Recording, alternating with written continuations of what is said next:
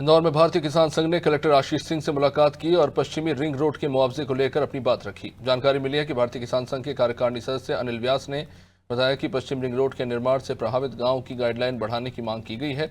इसमें अक्रिय, बरलाई, सांबेर, ब्राह्मण पिपलिया, धर्मपुरी, फालुदा और मांगलिया जैसे गांव शामिल हैं। अनिल व्यास ने बताया कि कलेक्टर ने उन्हें आश्वासन दिया है कि जल्द इस मामले में चर्चा की जाएगी और जवाब दिया जाएगा। कुछ क्षेत्रों में गाइडलाइन और मार्केट रेट में बहुत फ़र्क है।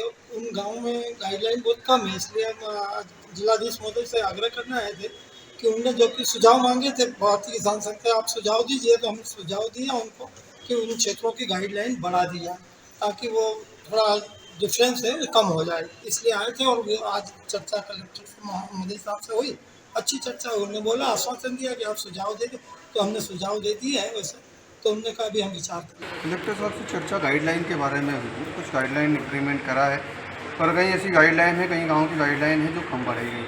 कलेक्टर साहब को अवगत कराया था कि ये गाइडलाइन है, इंक्रीमेंट होना चाहिए।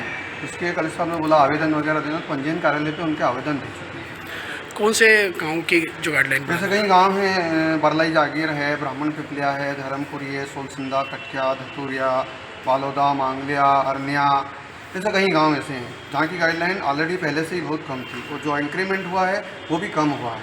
अभी जो इंक्रीमेंट और गाइडलाइन है वो कितने रुपए की हुई, कुछ बता सकते हैं? कहीं ऐसा भी हुआ कि कहीं 5 लाख की गाइडलाइन है पर बीघा, जो 20 लाख रुपए हेक्टर है, तो वहाँ कहीं 50 लाख रुपए हेक्टर हुआ, कहीं 60 लाख रुपए हेक्टर हुआ है।